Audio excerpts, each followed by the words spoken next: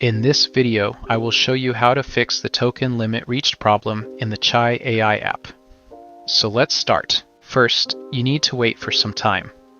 This problem usually happens because you use the app too much and it hits a daily limit. So just wait for a few hours and it will automatically fix. If the problem is still there, then open your phone settings. Go to Apps, then scroll down and find Chai AI.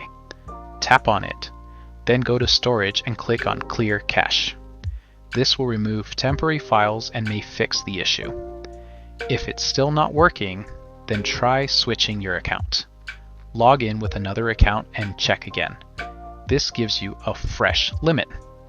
That's it! Your problem should be fixed now. If this video helped you, don't forget to like and subscribe for more helpful videos.